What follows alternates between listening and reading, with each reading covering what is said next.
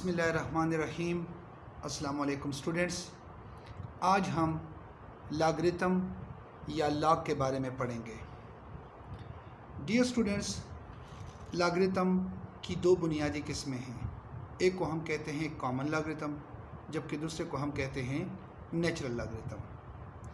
Common logarithm वो logarithm होता है जिसमें बेस 10 होता है, जबकि नेचुरल लॉगरिथम वो लॉगरिथम होता है जिसमें हमारे पास बेस e यानी स्मॉल e जो कि एक इरेशनल नंबर है और उसकी वैल्यू तकरीबन 2.71828 के इक्वल है। फ़र्ज़ करें हमें एक नंबर दिया गया है 85, उसका हमने लॉग मालूम करना है, तो उसको हम कॉमन लॉगरिथम की फॉर्म में इस तरह लिखते हैं, log of 85 to the base 10। जबकि इसी नंबर को जब हम नेचुरल लॉगरिथम में लिखेंगे तो उसको लिखेंगे log of 85 to the base e। Dear students, common logarithm में हम log of 85 to the base 10 को सिंपली log 85 लिखते हैं, जबकि नेचुरल लॉगरिथम में log of 85 to the base e को हम सिंपली ln 85 यानी log नेचुरल या नेचुरल log of 85 लिखते हैं। डियर स्टूडेंट्स, नेचुरल लॉग को हम हायर क्लासेस में पढ़ेंगे। फ़िलहाल हम बात करते हैं कॉमन लॉगरिथम की। So there are two parts of logarithm. Logarithm के दो हिस्से होते हैं। एक को हम कहते हैं कैरेक्टरिस्टिक, जबकि दूसरे को हम कहते हैं मेंटिसा। कैरेक्टरिस्टिक पॉजिटिव भी हो सकता है और वो नेगेटिव भी हो सकता है, जबकि मेंटिसा सिर्फ और सिर्फ पॉजिटिव होता है। इसके अलावा कैरेक्टरिस्टिक को हम विदाउट लॉग टेबल मालूम कर सकते हैं, जबकि मेंटिसा को मालूम करने के लिए हम लॉग टेबल का इस्तेमाल करते हैं। यहाँ पर एग्ज़ाम्पल के तौर पर एक नंबर दिया गया है, इसमें ये जो 3 है ये हमारे पास कैरेक्टरिस्टिक है। ये कैरेक्टरिस्टिक पॉजिटिव भी हो सकता है जो कि क्लियरली यहाँ पर मौजूद है, और ये कैरेक्टरिस्टिक नेगेटिव भी हो सकता है। और कैरेक्टरिस्टिक किसी भी नंबर का इंटीग्रल पार्ट होता है, जबकि डेसिमल पॉइंट के राइट साइड पर जो मौजूद नंबर है इसको हम कहते हैं मेंटिसा, जबकि मेंटिसा किसी नंबर का फ्रैक्शनल पार्ट होता है। अब हम आते हैं हाउ टू फाइंड कैरेक्टरिस्टिक, यानी कैरेक्टरिस्टिक को कैसे मालूम किया जाता है। तो इसकी एक्सप्लेनेशन के लिए यहाँ पर दो एग्जांपल दी गई हैं। यहाँ पर एक नंबर दिया गया है 345.1। इसको जब हम साइंटिफिक नोटेशन में कन्वर्ट करेंगे तो ये डेसिमल पॉइंट यहाँ से यहाँ पर आएगा, क्योंकि डेसिमल पॉइंट का रेफरेंस पॉइंट ये है 3.45 मल्टीप्लाइड बाई 10⁻²। चूँकि इसने 2 दर्जे मूव किया है तो इसीलिए ये जितना पावर बनेगा वो इसका कैरेक्टरिस्टिक होगा।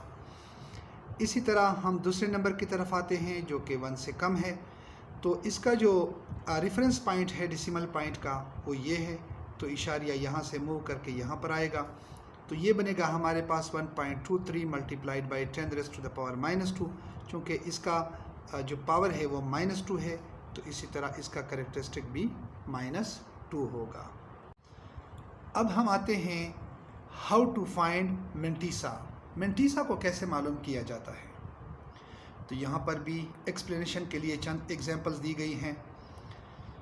फर्स्ट जो नंबर दिया गया है ये 4 डिजिट नंबर है, दूसरा जो है ये 3 डिजिट नंबर है, ये 2 डिजिट नंबर है, ये 1 डिजिट नंबर है, और ये एक ऐसा नंबर है जो कि 1 से कम और 0 से बड़ा है। तो सबसे पहले हम हर एक नंबर के 4 डिजिट बनाएंगे। ये चूँकि ऑलरेडी 4 डिजिट नंबर है तो इसको ऐसे ही लिखेंगे। इसके चूँकि 3 डिजिट हैं तो इसके भी 4 डिजिट बनाएंगे, यानी 327 को हम 327.0 भी लिख सकते हैं, 12 को हम 12.00 भी लिख सकते हैं ताकि ये भी 4 डिजिट बन जाए, 4 को हम 4.000 भी लिख सकते हैं। इसी तरह ये जो नंबर दिया गया है इसको भी हम 0.0034 और इसी तरह 34 के बाद 2 और 0 लगाएंगे ताकि ये भी एक 4 डिजिट नंबर बन जाए। अब हम लॉग टेबल की मदद से इस नंबर का मेंटीसा तलाश करते हैं। तो सबसे पहले हम लेफ़्ट साइड से दो ऐसे डिजिट लेंगे जिसका लेफ़्ट डिजिट एक नॉन ज़ीरो डिजिट होगा, यानी 48। तो सबसे पहले हम मेन कॉलम में जाएंगे,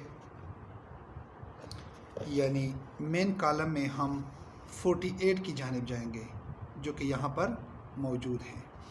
अब 48 की वैल्यू को हम कॉलम 3 में तलाश करेंगे।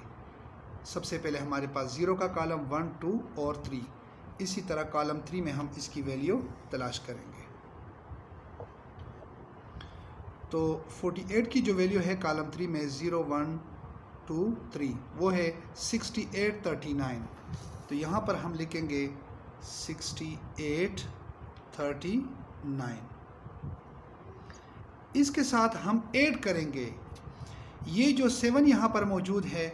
तो अब हम मीन डिफरेंस के कॉलम में आएंगे, यानी कॉलम 7 की जानिब आएंगे और कॉलम 7 की जो वैल्यू है उसको हम 48 के रो में तलाश करेंगे।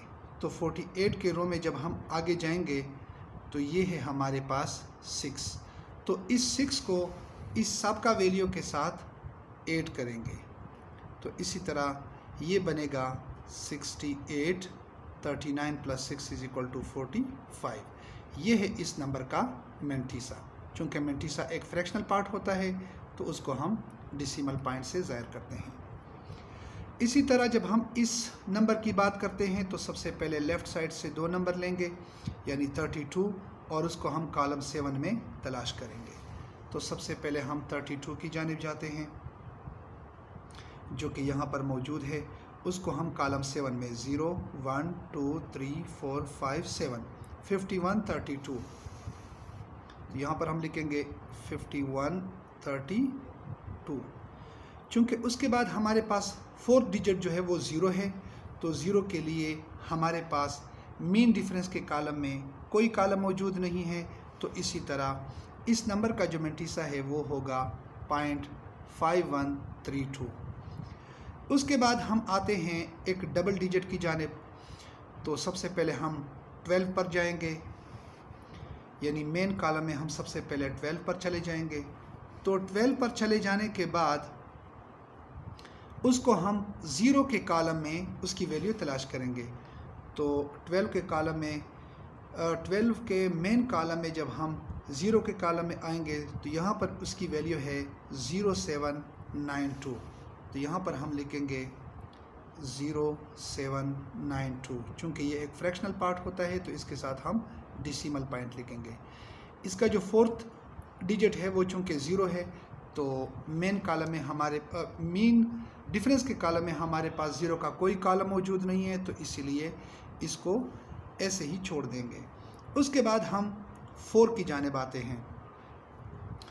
तो सबसे पहले हम डेसिमल पॉइंट को नेगलेक्ट करेंगे, लेफ़्ट साइड से 2 डिजिट लेंगे।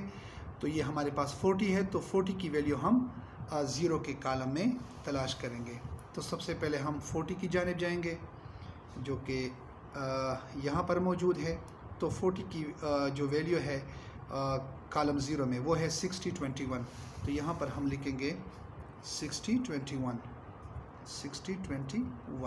चूँकि इसका जो 4 डिजिट है वो 0 है, उसके लिए हमारे पास कोई वैल्यू मौजूद नहीं है, तो इसको हम इशारिया से ज़ाहिर करेंगे। इसी तरह जब हम इस नंबर की जानिब जाते हैं तो ये नंबर लेते हैं। तो सबसे पहले लेफ़्ट साइड से शुरू करेंगे, 2 ऐसे नंबर लेंगे जिसका लेफ़्ट साइड पर मौजूद डिजिट जो है वो एक नॉन ज़ीरो डिजिट हो। तो ये 34 है, तो 34 को हम 0 के कॉलम में तलाश करेंगे। तो सबसे पहले हम 34 की जानिब जाते हैं। तो ये है हमारे पास 34 की वैल्यू। उसको हम जब हम 0 के कॉलम में तलाश करेंगे तो वो आएगा 5315। चूँकि ये एक फ्रैक्शनल पार्ट होता है तो इसको हम इशारिया से ज़ाहिर करते हैं। चूँकि इसका जो 4th डिजिट है वो 0 है और मीन डिफरेंस के कॉलम में हमारे पास 0 का कोई कॉलम मौजूद नहीं है, तो ये ही इसका कैरेक्टरिस्टिक, यही इसका मेंटीसा है।